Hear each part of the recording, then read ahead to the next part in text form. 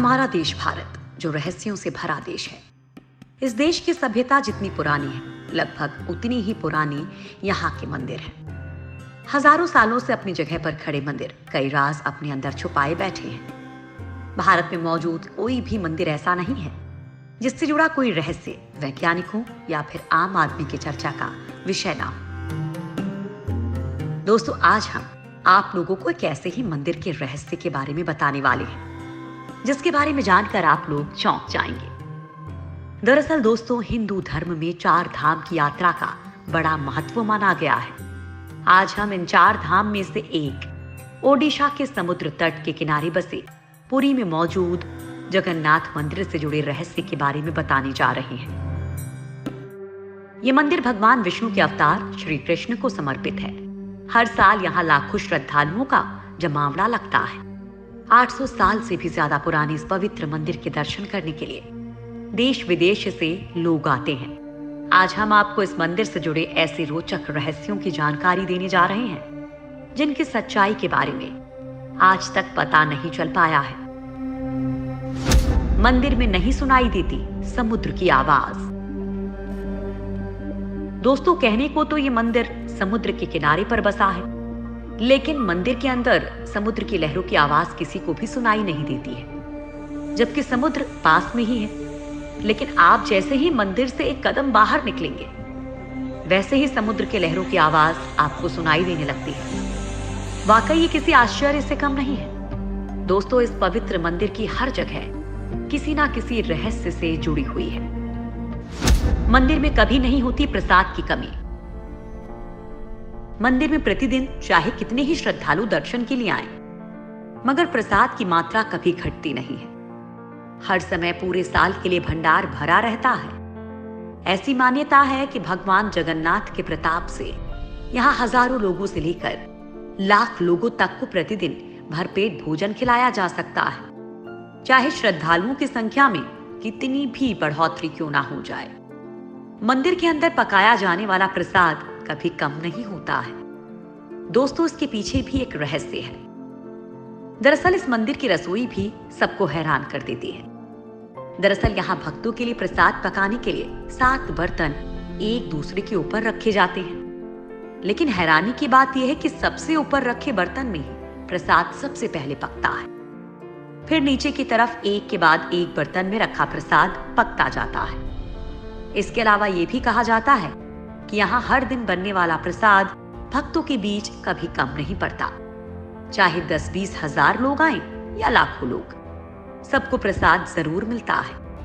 यहाँ की विशाल रसोई में भगवान जगन्नाथ को चढ़ने वाले महाप्रसाद को बनाने के लिए 500 रसोइये लगे रहते हैं, जिनके लिए अलग से 300 सहयोगी काम करते हैं। यानी कि करीब 800 लोग मिलकर महाप्रसाद तैयार करते हैं। दोस्तों, कहा जाता है कि मंदिर का प्रसाद तभी खत्म होता है जब मंदिर के दरवाजे बंद कर दिए जाते हैं। भगवान जगन्नाथ के मंदिर में आज भी कई ऐसे चमत्कार होते हैं जिनका जवाब विज्ञान के पास भी नहीं है। पुराणों के अनुसार जगन्नाथ मंदिर को धरती का बैकुंठ माना गया है, क्योंकि भगवान श्री कृष्ण आज भी यहाँ मौजूद माने जाते हैं। पुराने समय से ही यहाँ की सवर जनजाति के आराध्य देव हैं ये, और ऐसा कहा जाता है किसी वजह से यहाँ भगवान विष्णु का रूप अन्य मंदिरों की अपेक्षा थोड़ा अलग नजर आता है। रोज बदल जाता है मंदिर के शिखर का झंडा। बनवाया था मंदिर। दरअसल ये पूरा मंदिर ही रहस्यों से घिरा हुआ है। इसके बनने के पीछे भी एक रहस्य जुड़ा हुआ है। कहा जाता है कि राजा इंद्रद्युम्न मालवा का राजा था। राजा इंद्रद्युम्न को सपने में जगन्नाथ के दर्शन हुए थे। सपने में ही भगवान विष्णु ने उनसे कहा था कि नीलांचल पर्वत की एक गुफा में मेरी एक मूर्ति है, उसे नील माधव कहते हैं। तुम एक मंदिर बनवाकर उसमें मेरी ये मूर्ति स्थापित करवा दो। राजा ने अपने सेवकों को नीलांचल पर्वत की खोज में भेजा, लेकिन नील माधव की पूजा सबर कबीले के लोग करते थे। राजा के सेवक ने वहां से मूर्ति चुरा ली थी और राजा को लाकर दे दी थी। लेकिन मूर्ति की चोरी होने से भगवान नील माधव बहुत दुखी थे, इसलिए वो वापस उसी गुफा में चले गए।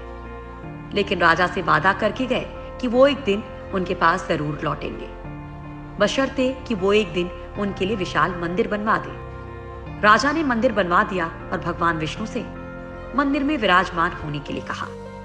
तब भगवान ने कहा कि तुम मेरी मूर्ति बनाने के लिए समुद्र में तैर रहा पेड़ का बड़ा टुकड़ा उठाकर लाओ, जो द्वारिका से समुद्र में तैरकर पुरी आ रहा है। राजा के सेवकों ने उस पेड़ के टुकड़े को तो ढूंढ लिया, लेकिन सब लोग मिलकर भी उस पेड़ को नहीं उठा पाए। तब राजा को समझ आ गया कि नील माधव के अन्य भक्त सबर कबीले के मुखिया विश्वर वसु की ही सहायता लेनी पड़ेगी। सब उस वक्त हैरान रह गए जब विश्व वसु भारी भरकम लकड़ी को उठाकर मंदिर तक ले आए। अब बारी थी लकड़ी से भगवान की मूर्ति गढ़ने की। राजा के कारीगरों ने लाखों कोशिश कर ली, लेकिन कोई भी लकड़ी में एक छेनी तक नहीं लगा सका। तब तीनों लोग के कुशल कारीगर भगवान विश्वकर्मा एक बूढ़े व्यक्ति का रूप धारण करके आए। उन्होंने राजा को कहा कि वे नील माधव की मूर्ति बना सकते हैं, लेकिन साथ ही उन्होंने अपनी शर्त भी रखी कि वे 21 दिन में मूर्ति बनाएंगे और अकेले में बनाएंगे। उनकी शर्त मान ली गई, लेकिन एक दिन राजा इंद्रद्युम्न की रानी खुद को रोक नहीं पाई और रानी के कहने पर राजा ने कमरे का दरवाजा खोलने का आदेश दिया। जैसे ही कमरा खोला गया तो बूढ़ा व्यक्ति गायब था और उसमें 3 अधूरी मूर्तियां पड़ी मिली। भगवान नील माधव और उनके भाई के छोटे छोटे हाथ बने थे, लेकिन उनकी टांगे नहीं, जबकि सुभद्रा के हाथ पांव बनाए ही नहीं गए थे। राजा ने इसे भगवान की इच्छा मानकर इन्हीं अधूरी मूर्तियों को स्थापित कर दिया। तब से लेकर आज तक तीनों भाई बहन इसी रूप में मंदिर में विराजमान हैं।